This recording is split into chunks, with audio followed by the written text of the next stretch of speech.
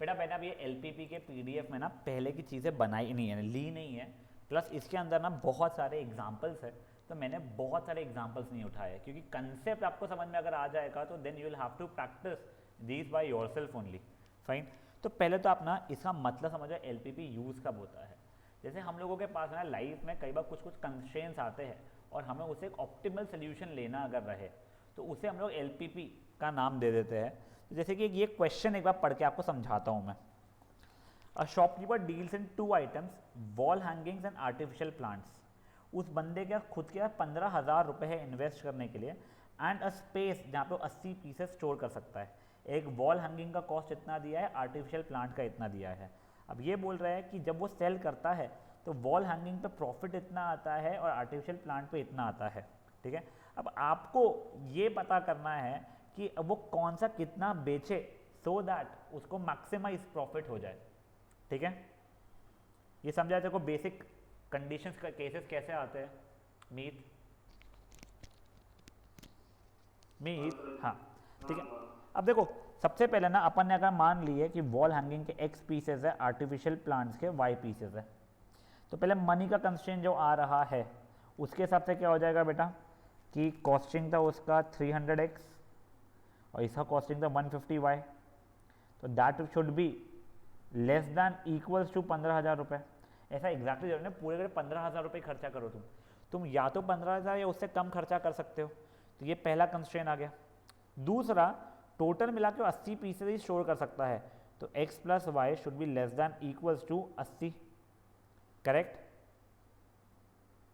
Yes sir. अब एक second, क्या और भी कुछ दिया है क्या इसने, ये कहाँ से बनाया है। हाँ अब देखो वैसे इसको अगर आप सिंपलेस्ट फॉर्मेट में कन्वर्ट करोगे तो वो 2x plus y should be less than equals to 100 हो रहा है। ठीक है। तो ये एक कंस्ट्रेंट हो गया है, ये दूसरा कंस्ट्रेंट हो गया। अब एक ना बेटा नॉन नेगेटिव कंस्ट्रेंट होता है, मतलब your x can never be equal to less than 0, तो तुम्हारा ग्रेटर दैन इक्वल टू 0 और y is also greater than equal to 0। ये तुम्हारा मिला के तीसरा कंस्ट्रेंट हो गया है। अब सर 2x प्लस वाई वाला कैसे आया था? ये वाला बच्चा, हाँ। इसको मैंने 150 से पूरा डिवाइड कर दिया है, तो फर्स्ट कंस्ट्रेंट को मैंने। अच्छा ठीक है। ठीक है। अब एक्स इज ग्रेटर देन जो y equals to y is greater than equals to 0 हो जाएगा। अब मेरा एम z मैक्सिमम प्रॉफिट कमाना है, तो मेरा z की वैल्यू कितनी है, वैसे प्रॉफिट पहले वाले 50 मिलता है तो 50x हो जाएगा, दूसरे वाले पे 18 मिलता है तो 18y हो जाएगा। तो मेरा एम क्या है, मैक्सिमाइज z, ये मेरा एम है जहाँ पे z की वैल्यू ये चल रही है। समझा ये चीज़ क्या हो रहा है। तो हम लोग फाइनली ऐसा लिखते हैं कि मेरा एम ये है कि मैक्सिमाइज करना है मुझे z सब्जेक्ट टू ये कंस्ट्रेंट्स 1 2 और ये 3। समझा ये चीज़ है। अब देखो ये तो मैंने ना से ओरली बना लिया है, कई बार अपने को ऐसे ओरली जमता नहीं तो अपन टेबल बना बना के करते हैं, बट तो उसमें कोई स्ट्रेस नहीं है। और देख ले एक बार के लिए, a retired person wants to invest 20,000 रुपये, his broker recommends investing in 2 types of bond. यहाँ पर बॉन्ड ए है एक और एक बॉन्ड बी है मान ले। ठीक है। A yields return 8% and B yields return 7%। ये 8% रिटर्न देता है, ये 7% रिटर्न देता है अपने को। आगे क्या दिया हुआ है, after some consideration he decides to invest at least 5,000 in bond A, minimum 5,000 उसे करना है। तो देखो x की value greater than equal to 5,000 हो जाएगी अगर इसमें x इन्वेस्ट कर रहा हूँ, इसमें y इन्वेस्ट कर रहा हूँ बेसिकली मैं। ठीक है। और b में नो मोर देन 8,000, तो ये ऐसा हो जाएगा। साथ ही साथ में ये नेगेटिव नहीं हो सकता इसलिए ये ऐसा हो गया कंडीशन तेरा। ठीक है मीत एंड ये कैसा नाम मयंक। देखो एक और केस, x प्लस वाई की value less than equal to 20,000 रुपये होनी चाहिए, ये भी एक कंस्ट्रेंट चल रहा है अपना। फेयर इनफ है। अब बताओ क्या जब उसका प्रॉफिट कितना होगा, तो ये 8% ऑफ x होने वाला है यहाँ पे, तो 0.08x और यहाँ पे 7% ऑफ y। तो इसका मेरे को मैक्सिमाइज क्या करना है, z is equal to 0.08x plus 0.07y maximise करना है मुझे। ये कंस्ट्रेंट्स है और मेरे। Fair enough. अब ये नेक्स्ट देखो, ये अच्छा क्वेश्चन है। अब manufacturer produces nuts and bolts ठीक है। It takes 1 hour of work on machine A and 3 hours of work on machine B to produce a nut. देखो पहले तो एक नट है, दूसरा बोल्ट है। तुमको इसको दो मशीन से पास करना पड़ता है, मशीन ए मशीन बी। नट बनाने के लिए तुझे 3 घंटे नहीं 1 घंटे यहाँ पे और 3 घंटे यहाँ पे भेजना पड़ता है उसे, और बोल्ट बनाने के लिए 3 घंटे यहाँ पे और 1 घंटे यहाँ पे भेजना पड़ता है उसे, ठीक है। तू कितना प्रॉफिट कमाता है? तो ही अर्न्स अ प्रॉफिट ऑफ 2.5 पर पैक ऑफ नट एंड 1 पर पैक ऑफ बोल्ट। अपने को लीनियर प्रोग्रामिंग करना है और हमको बताया गया है कि हम मैक्सिमम कोई भी मशीन, तो मशीन ए बोलो या मशीन बी बोलो, तो मैक्सिमम उसे 12 घंटे चला सकते हो। तो मैंने नंबर ऑफ पीसेस, वैसे सबसे पहले वो लिखते हैं वैसे लोग, अपने यहाँ पे लिख दिया। तो देखो पहले तो मेरा एम क्या है, z, मैक्सिमाइज करना है मुझे, मैक्सिमाइज z ऑफ 1x नहीं क्या, हाँ प्रॉफिट 2.5x प्लस 1y का, ये मैक्सिमाइज करना है। कंस्ट्रेंट्स मेरे क्या क्या आने वाले हैं? तो x should be greater than equal to 0, y should be greater than equal to 0, ये तो है ही। अब देखो जब मैं एक नट बनाता हूँ तो मुझे ए मशीन में x आवर्स लगते हैं, करेक्ट, और जब बोल्ट बना रहा हूँ तो ए मशीन में 3 घंटे लगते हैं। तो x प्लस 3y ए मशीन चल रही है मेरी, that should be less than equals to कितने घंटे चला सकते हो? 12 घंटे चला सकते हो। और जब मैं मशीन बी के लिए बात करूँ तो जब मैं नट बना रहा हूँ तो वो 3x चलती है, और जब बोल्ट बना रहा हूँ तो वो y आवर्स चलती है। तो that should also be less than equals to 12। ये 1, 2 और ये 3 कंस्ट्रेंट्स को दिमाग में रखते हुए मुझे इस चीज़ को मैक्सिमाइज करना है। समझा ये चीज़ है?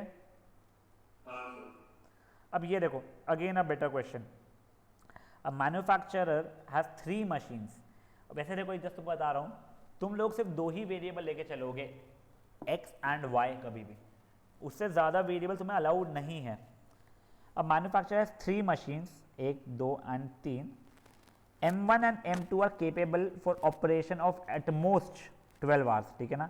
ये 12 घंटे चल सकती है, ये भी 12 घंटे चल सकती है, एंड ये इसको मिनिमम 5 घंटे तो चलाना ही है। अगर नहीं चलाऊंगा तो खराब हो जाएगी, ऐसा कुछ होगा, may be, I am not sure. The manufacturer produces only 2 items A and B, each requiring the use of each of the machines, और दिया हुआ है कितने कितने घंटे उसे यूज करना पड़ता है।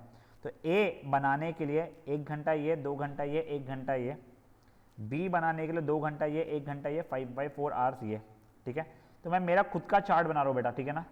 ये A और ये B, तो पहले नंबर ऑफ पीसेस कर रहा हूँ मैं। नंबर ऑफ पीसेस के x है, इसके y है। तो ये A मशीन पे कितनी देर चलती होगी बेटा? ये 1 इंटू x चलती होगी। B मशीन पे कितने घंटे चलती होगी? वो B मशीन पे चलती होगी वो वाली, नहीं B मशीन नहीं, A मशीन नहीं है, सॉरी, वो है M1 machine, sorry, M1, M2, M3, हाँ। तो ये चलती होगी 2x, और यहाँ पर वापस चलती होगी x, और y वाले के लिए बात करेंगे तो ये चलती होगी 2y, यहाँ पे चलती होगी y, यहाँ पे 5/4y, करेक्ट।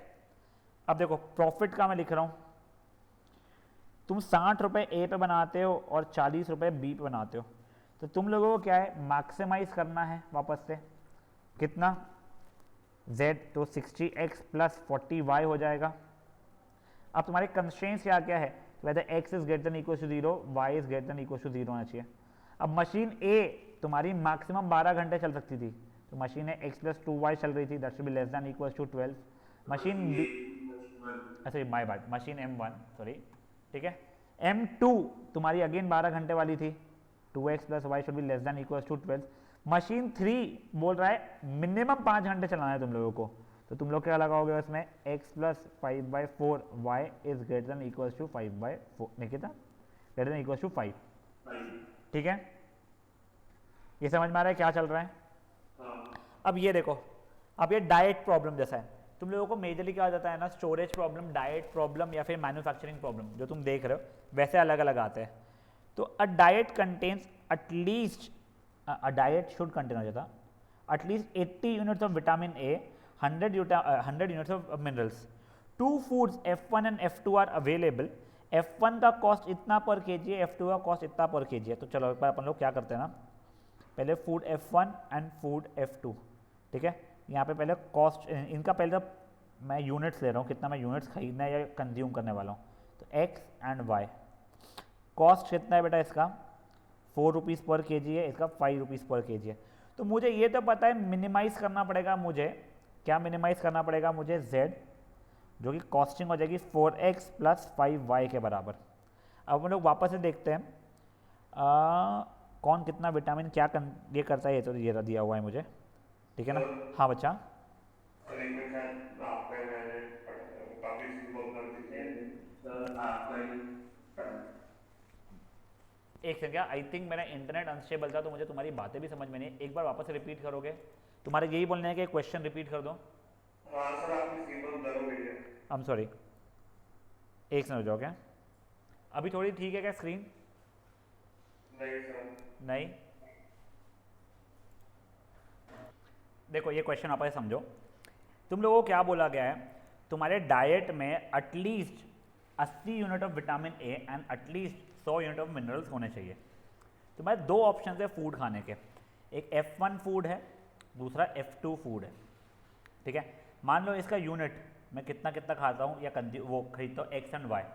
तो अब यहाँ पे कॉस्ट दिया गया है मुझे, इसका कॉस्ट कितना है बेटा 4 रुपीज़ पर के जी, यहाँ पे 5 रुपीज़ पर के जी। तो मेरे को फॉर्मुलेट लीनियर पेयर ऑफ ये लीनियर प्रोग्रामिंग जो करना है, तो इसमें मुझे कॉस्ट मिनिमम चाहिए रहेगा, मैं थोड़ी मार्केट में खर्चा ज़्यादा करने के लिए जा रहा हूँ। तो z को मुझे मिनिमाइज़ करना है, मिनिमाइज z, और वो कितना आ जाएगा 4x प्लस 5y के बराबर। अब इसके लिए लिमिटेशन देखना शुरू करते हैं। तो एक तो पक्का से x is greater than equal to 0, y is greater than equal to 0 होता ही है। और अब पढ़ते हैं 1 kg of food contains 3 units of vitamin A, ठीक है ना। तो मेरा विटामिन ए इसके अंदर 3 यूनिट्स आता है and 4 units of mineral. 1 kg of F2 contains 6 units of A और 3 यूनिट्स ऑफ ए, ठीक है। ये आप लोगों को सोल्यूशन में दिया गया है। अब देखो, अगर मैं ए x यूनिट्स खाता हूँ और b, अच्छा ए नहीं, F1 x यूनिट्स खाता हूँ और b y units, F1 x units खाता हूँ और F2 y यूनिट्स अगर मैं खाता हूँ, तो बेसिकली मुझे a कितना मिलता है 3x प्लस एक सेकंड, क्या 3x प्लस 6y, मुझे 3x प्लस 6y मिलता है a, करेक्ट। जो मिनिमम, F2 और F1 कंबाइन हो गया। हाँ बेटा मैं F1 और F2 का x और y ले रहा हूँ। तो आपने बोला कि अगर आप F1 खाते हो तो इसमें F2 और F6 है। मैं अगर x F1 खाता हूँ और y F2 खाता हूँ, वैसा है, तो मुझे a कितना मिलता है 3x प्लस 6y मिलता है, विच शुड बी मिनिमम 80, और वैसा ही 4x plus 3y should be minimum 100। समझा मुझे ये चीज़ क्या हो रहा है? बस, तो ये कंस्ट्रेंट और ये मेरा एम, समझा ये चीज़? एक यार मैंने गलत कर दिया, मिनिमम होना चाहिए, this should be greater than equal to 80, this should be greater than equal to 100, sorry, fine. अब ये देखो, ये क्वेश्चन ना थोड़ा ट्रिकी लगता है लोगों को, तो एक बार आप लोग एग्जाम्पल नंबर 6 अपने मन में पढ़ लो।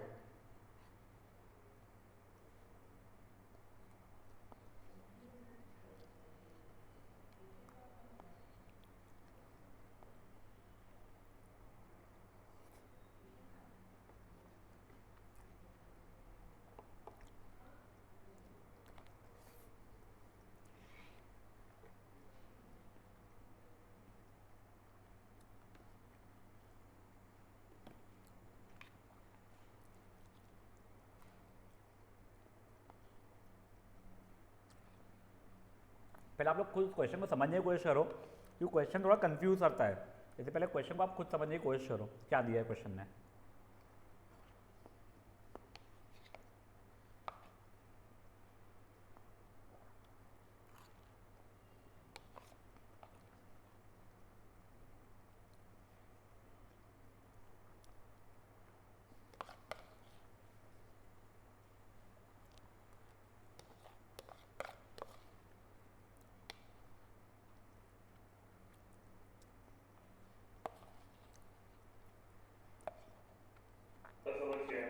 चलो अब देखते हैं क्या दिया गया आप लोगों को कि एक ट्रांसपोर्टेशन का है, ब्रिक मैन्युफैक्चरर्स का 2 डेपो है ए एंड बी। स्टॉक कितना कितना यहाँ पे एक बार यहाँ पे स्टॉक बना रहा हूँ यहाँ पे। यहाँ पे कुछ 30,000 स्टॉक है उसके पास में, यहाँ पे उसके पास में कुछ 20,000 स्टॉक्स है, ठीक है। He receive order from P, Q and R। इसका ऑर्डर कितना है सबका? यहाँ पे 15,000 ऑर्डर है, ये 20,000 है और इसका भी 15,000 है। अब the cost of transporting 1000 bricks to a builder, 1000 bricks, ठीक है ना, एक ब्रिक नहीं, हर 1000 ब्रिक का कॉस्ट ये दिया गया है। फाइन, तो अपने को जो मैक्सिमाइज मिनिमाइज करना है वो देखते हैं, बट पहले एक बार ये मान लेते हैं अपन लोग A डेपो से P को X भेज रहे हैं, ठीक है, और Q वाले को Y भेज रहे हैं। तो बचे कुछ अपन R वाले को भेज रहे होंगे, तो बचे कुछ कितने बचने वाले अपने? 30,000 माइनस X माइनस Y बचने वाले। वैसे ही मैं अगर B डेपो, अब देखो इसको 15,000 चाहिए थे, उसको X A से मिल गए, तो यहाँ से कितने मिलेंगे?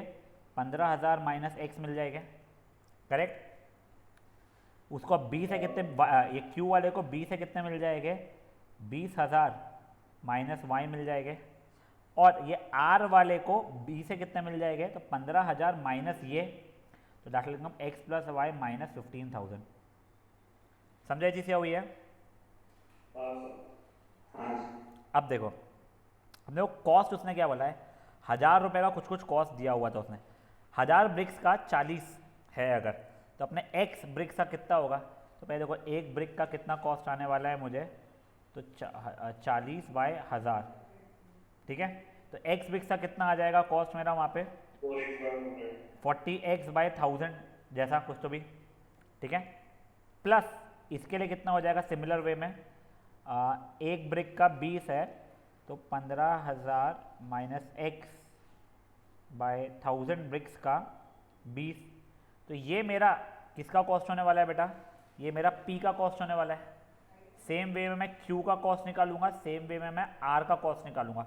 उन सब कॉस्ट को अगर मैं ऐड करूंगा तो that will be my minimize करने वाला फंक्शन। तो ये देखो एग्जैक्टली उसने भी ऐसे ही किया हुआ है चीज़ों को, बस उसने ना वो 1000 ब्रिक्स का एक के हिसाब से दिया हुआ है, तो उसने ब्रिक्स को 1000 डिवाइड कर करके किया हुआ है।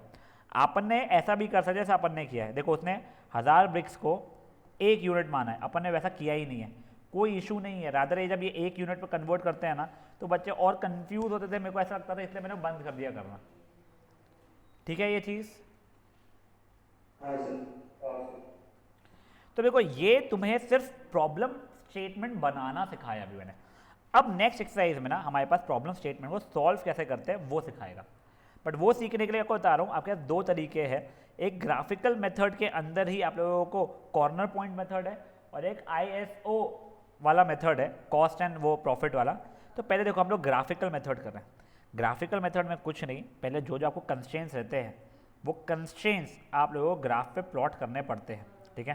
तो देखो पहला है x plus y is less than equal to 50, तो पहले आप x plus y equal to 50 की लाइन आप बनाओगे, तो मे बी वो ये वाली बन रही थी x plus y equal to 50 वाली, ठीक है।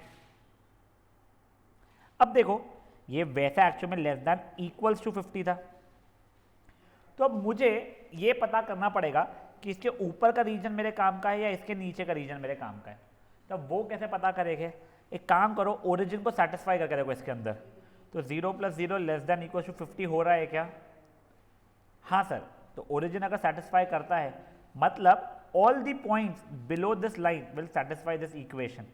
तो मुझे यहाँ से अभी ये समझ में आया है कि मुझे ये रेड लाइन के नीचे का एरिया काम में आने वाला है। नेक्स्ट मेरा कंस्ट्रेंट क्या था? 3x plus y is less than equal to 90। तो देखो अब ये जो ब्लैक लाइन है मेरी, ये 3x plus y is less than equal to 90 वाली है। हाँ बेटा, वो इसमें वैसे करते हैं कि y कर लेते हैं, y प्लस 90 माइनस 3x पे वैल्यू पुट कर देते हैं। नहीं मुझे नहीं समझा, मुझे आपस बोल क्या बोला? जैसे x plus y equal to 50 है ना, x plus y less than equal to 50 है। हाँ नहीं अपन ने लाइन तो x प्लस को प्लॉट किया, हाँ, x plus y equal to 50 के साथ प्लॉट की है। तो y प्लस 50 माइनस x और फिर x के अलग हाँ हाँ हाँ हाँ, वो yes yes yes yes yes, वो जो 9th और 10th में अपन करते थे वो सेम मेथड। हाँ ठीक है, अब ये हो गया है। अब इसके आगे का देखिए आप लोग, ये जैसे ही हुआ है, अब अपन लोग क्या कर रहे हैं, वापस से अपन ओरिजिन को सेटिस्फाई करके देख रहे हैं सेटिस्फाई हो रहा है क्या। ऐसा जरूरी नहीं है ओरिजिन ही करना, बट ओरिजिन को सेटिस्फाई करना सबसे ईजी होता है, इसलिए वो कर रहा हूँ मैं। तो 0 + 0 is less than equal to 90, हाँ, तो मतलब ये ब्लैक लाइन के भी नीचे का आएगा। Next, x and y both should be greater then 0, मतलब x should be greater then 0 मतलब y एक्सिस के राइट साइड का, y should be greater then 0 मतलब x के ऊपर का, ठीक है। तो देखो ये सब चीजें ये सिर्फ इतने रीजन में सेटिस्फाई हो रही है, करेक्ट। तो ये जो पॉलीगॉन बन रहा है ना, इसके एंड पॉइंट जो है, जैसे कि ये वर्टेक्स जो है, उनकी वैल्यूज मुझे निकालनी पड़ेगी। तो अब देखो ये वाला पॉइंट निकालने के लिए मुझे दोनों इक्वेशन, ये इज इक्वल टू 50 एंड ये इज इक्वल टू 90 को साइमल्टेनियसली सॉल्व करना पड़ेगा।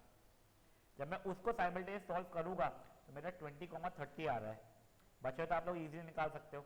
अब देखो मुझे मैक्सिमाइज क्या करना था, 60x + 15y, तो पहले 0,0 को डाल के देखा मैंने, तो आउटपुट ये आ रहा है। नहीं तो कैसा लग रहा है, देख तेरे हिसाब से क्या लग रहा है देखो यहाँ पे,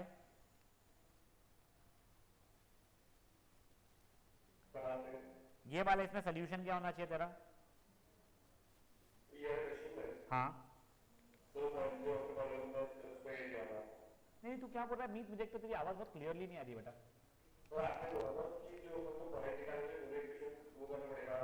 अच्छा अच्छा अच्छा, हाँ तेरा ये बोलना है कि मैं ग्राफ पे प्लॉट करके ही देख लूंगा, वो बोल रहा है ना तू? तो देख बेटा कई बार क्या होता है ना, कुछ अपन लोग जो स्केलिंग लेते हैं वो 1 सेंटीमीटर इक्वल टू 1 यूनिट की नहीं रहती है, तो वो बीच में कहीं आता है, उसके लिए अपने को साइमल्टेनियसली सॉल्व करना पड़ता है। वो एलिमिनेशन मेथड से किया बच्चा, समझ ले। हाँ यस, एक ये थी इक्वल टू 90, ठीक है। अब देखो ये जो मेरे कॉर्नर पॉइंट्स जो आ रहे हैं पूरे के पूरे, वो ये सब्जेक्ट में मैंने डालना शुरू कर दिया है फंक्शन में। जब 0,0 आउटपुट ये इसका ये इसका ये इसका ये, मुझे मैक्सिमाइज करना था तो मेरा इसमें मैक्सिमम आंसर आता है, इसलिए ये मैं करूँगा। अगर मुझे मिनिमाइज करना होता तो मैं ये करता तो मेरा आंसर आ गया होता, ठीक है।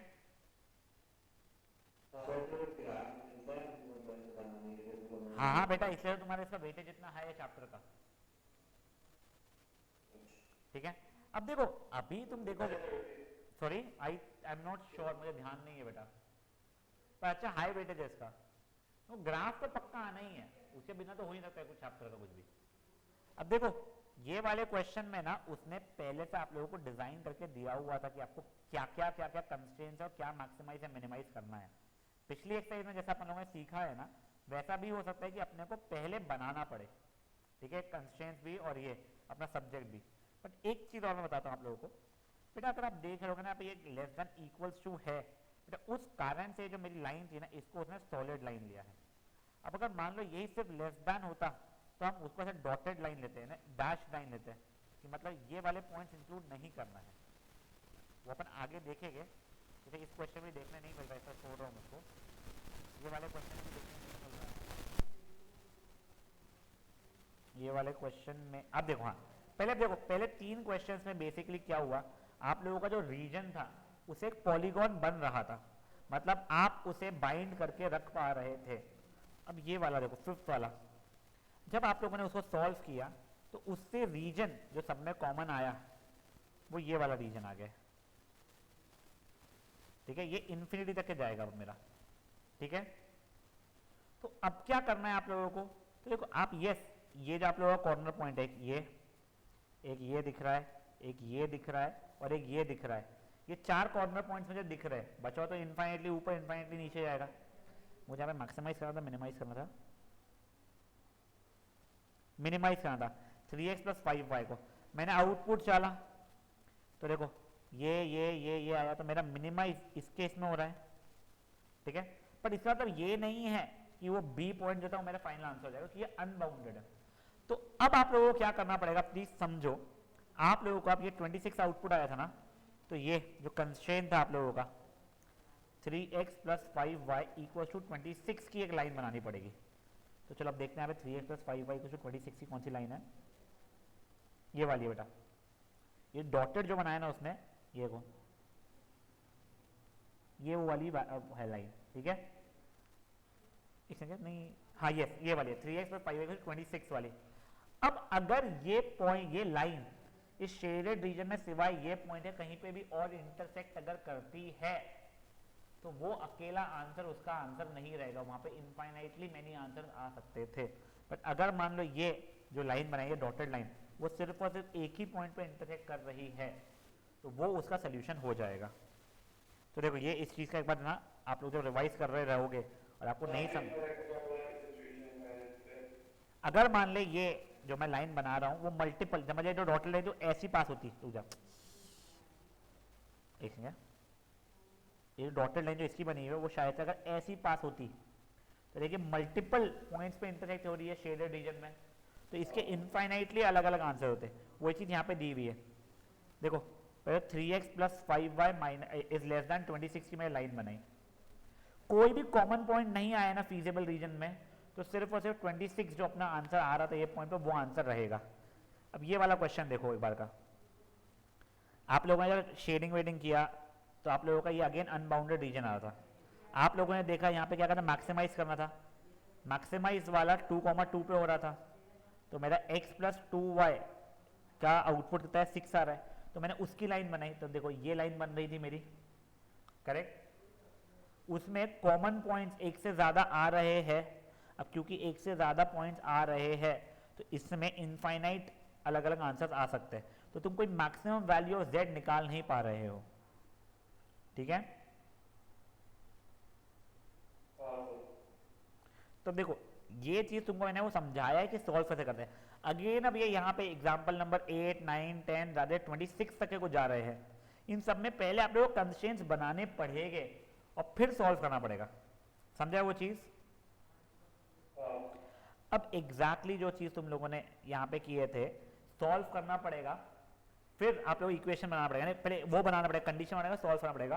तो वो सॉल्व करने का एक और तरीका है आइसोप्रॉफिट या आइसोकॉस्ट मेथड, ठीक है। अब इसके अंदर देखो, पहले तो आप लोगों ने ग्राफ बना लिया, वो ग्राफ का कोई इशू है, ये जो सब डॉटेड लाइंस जो है ना, ये वाली ये सब जो है उसको इग्नोर करो आप लोग। आप लोगों का ये शेडेड रीजन ऐसा कुछ आ रहा है, ठीक है। अब देखो मुझे मिनिमाइज या मैक्सिमाइज क्या करना था इसके अंदर, z is 4500 x + 5000 y।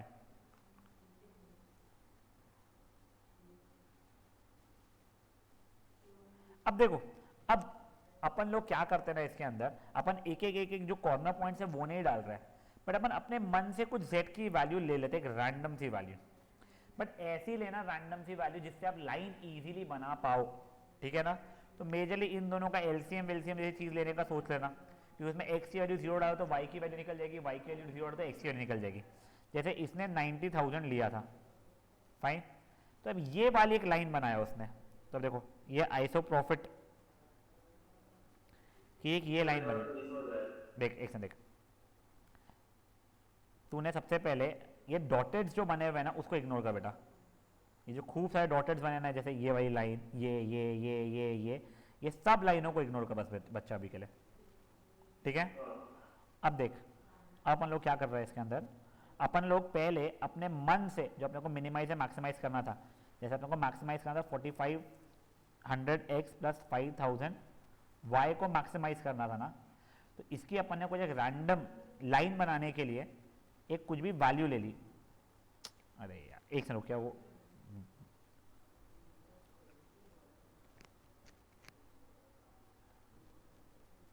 ये देख जैसे अपन इन लोगों ने क्या लिया है 9000 लिया है, उन्होंने 9000 इसलिए लिया है क्योंकि उसको सॉल्व करना इजी हो जाएगा। y जब 0 है तो x 2 हो रहा है, तो 2,0 एक पॉइंट हो रहा है, और जब x 0 है तो y की वैल्यू 1.8 हो रही है, ठीक है।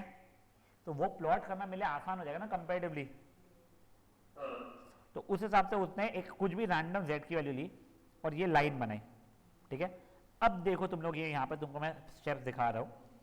अगर मान लो तुम्हारा ऑब्जेक्टिव है मैक्सिमाइज करने का, मतलब ये आइसोप्रॉफिट वाला है, तो ये प्रॉफिट लाइन को तुम लोग जितना ज्यादा एंड राइट साइड पे ले जा सकते हो पैरेलली शिफ्ट करके। अरे यार एक मिनट, देखो ये पैरेलली शिफ्ट कर करके मैं इसको सबसे ज्यादा एंड ये पॉइंट तक इंटरसेक्ट करवा पा रहा हूँ।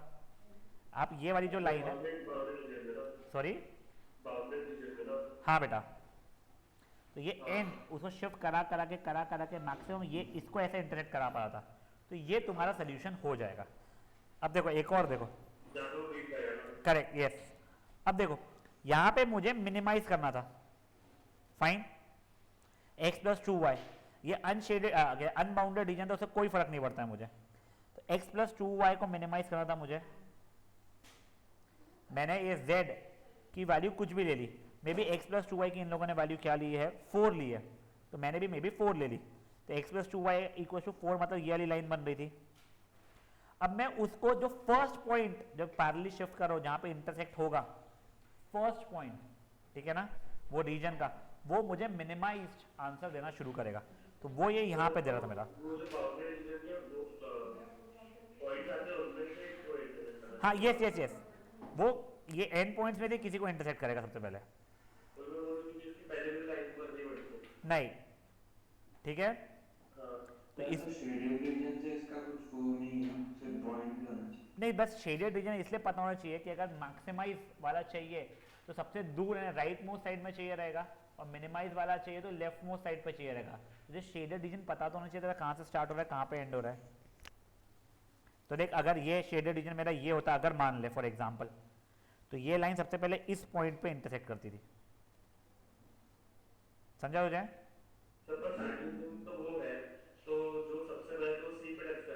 हाँ, तो सी वाला आंसर हो गया ना बेटा मेरा। तो मेरे को मिनिमाइज ही तो चाहिए था ना यहाँ पे।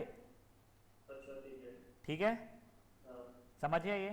तो अब देखो इसके, हाँ हाँ, बट ये मैक्सिमाइज वाले में इसका मिलता ही नहीं, क्योंकि वो आगे आगे आगे जाते ही रहता, तू तो इन्फिनिटी तक पहुंच सकता है तू। हाँ, तो एक से हो जाए, अपन लोग शेडेड रीजन ले लेते हैं एक बार के लिए कोई। फॉर एग्जाम्पल अपन लोगों ने ये शेडेड रीजन लिया है, ठीक है।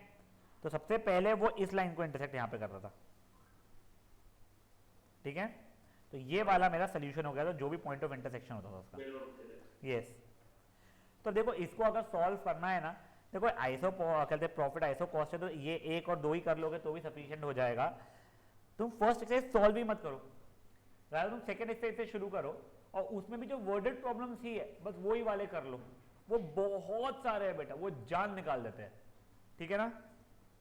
तो तुम लोग उसके भी ऑल्टरनेटिव वर्डेड प्रॉब्लम्स भी कर लोगे अगर, तो तुम्हारा मेकिंग द इक्वेशन का भी प्रैक्टिस हो जाएगा, सॉल्विंग द इक्वेशन का भी प्रैक्टिस हो जाएगा, ठीक है।